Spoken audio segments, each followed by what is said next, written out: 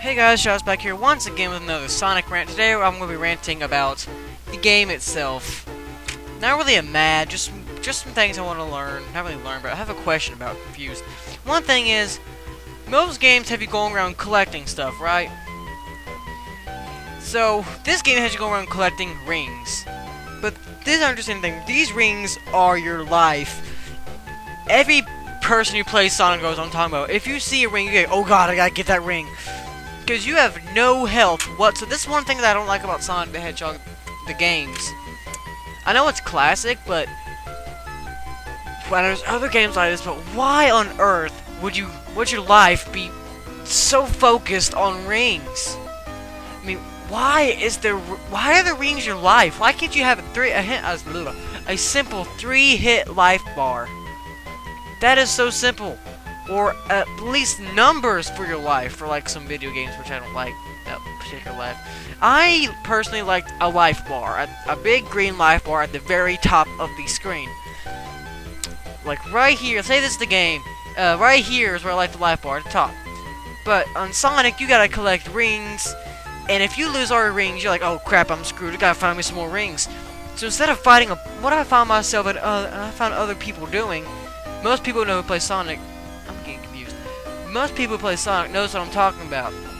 Say you're fighting a boss, and all of a sudden you get hit, all your rings go scattering, and you can collect them while they're blinking, but eventually you run out of rings in a boss battle, and like, oh crap, I'm screwed, I gotta find me some rings.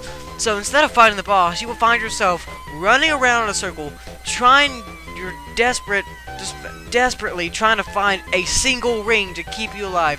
You can go through the entire Sonic game, no matter what it is, on a single ring. You only need one ring to keep you alive, and a bubble power-up. Some power-ups keep you alive. But that's the main thing that annoys me. You have to collect rings to stay alive?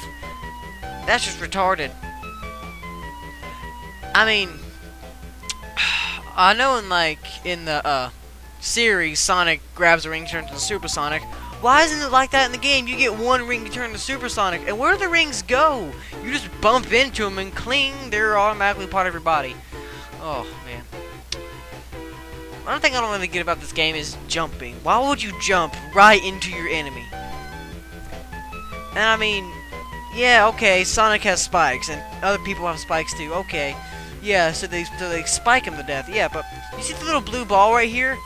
Sonic, I can only find 5 spikes on him. The 3 on the back of his head and the 2 behind his arms. Where did he get all these from? That's my question. And why on earth? How does he know where he's going if he's flipping? If I decided to grow spikes and I would just throw myself at people, you know, maybe that'll be fine, but jumping, out of all the attacks, jumping?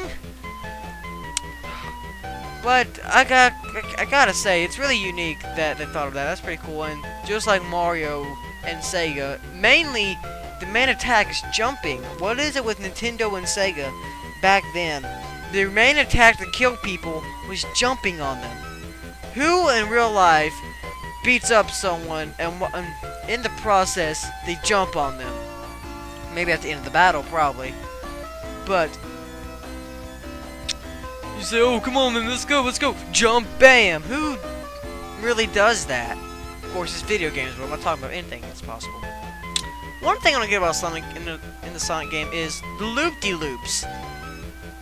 I know they're like a challenge, only for like, just to show how fast Sonic is, but you go on stages like Emerald Beach or something like that, places you would expect other people to go, like humans. What would you do if you're walking down the beach and you saw a loop-de-loop? Oh my god, what the heck? Why is that there? Exactly, why is there a loop-de-loop in almost all the stages? I know it's like a classical thing, but why is there a loop-de-loop really? I mean, come on. I know it's to show off Sonic's speed, skill, and all that stuff. But why is there a loop-de-loop on a beach? Now, I can understand, like, in the egg forts or something like that, there might be a loop-de-loop to keep Sonic from getting in. And I don't see why it's so simple, just instead of running all the way up and around, I think it's more simple to run just jump down and go. No landscape has a loop-de-loop in it. One other thing I don't get about Sonic is the dash panels. I mean, I know they make you go fast, and when you see one, you just have to get it, because you just want to go really fast.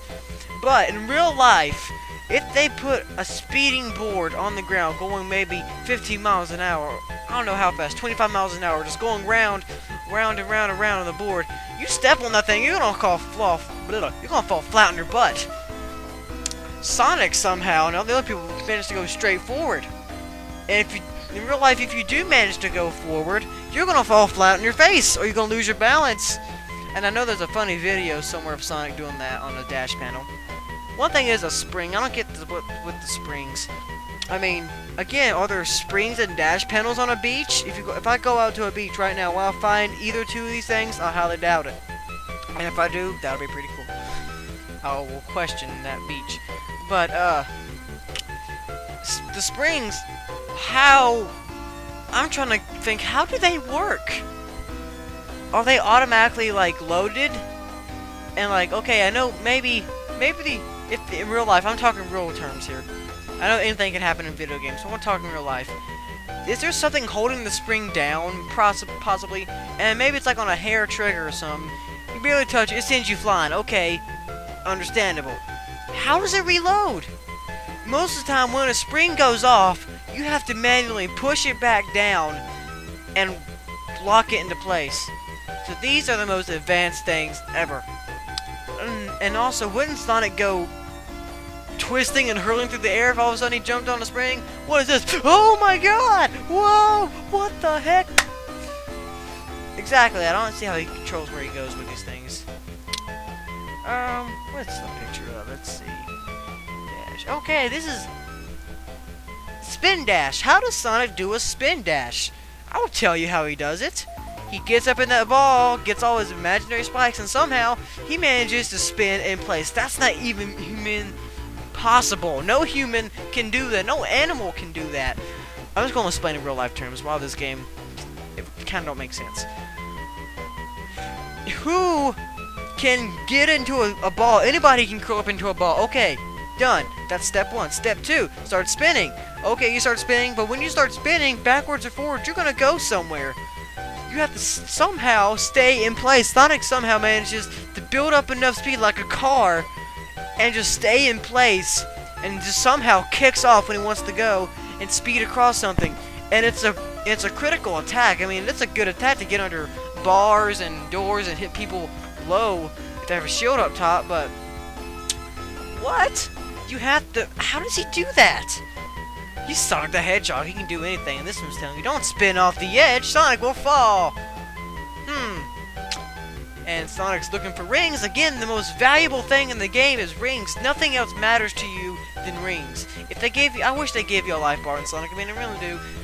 Example, Sly Cooper, the very first one. It's a one-hit, one-kill. And it sucked. Not the game, but that one little feature. So you have to find a lucky horseshoe to keep yourself alive, letting you take one hit. You find another one, you're going to get a gold horseshoe, letting you take 2 hits. But in the second Sly Cooper, they gave you a life bar right here at the very top of the screen. A big, huge life bar, which helped a lot. Instead of taking one hit, you can actually go around getting hit and fighting. And they continue it in the third one. I mean, I understand how a life bar can be taken out of games because gamers kind of seem to abuse them. I know I do. When you want to just get through a level and you don't care about the enemies, you just rush through. And normally when you get hit, you're invincible for a little bit, meaning no one can hurt you. So when you're hit with that life bar, you have a limited amount how many times you can get hit.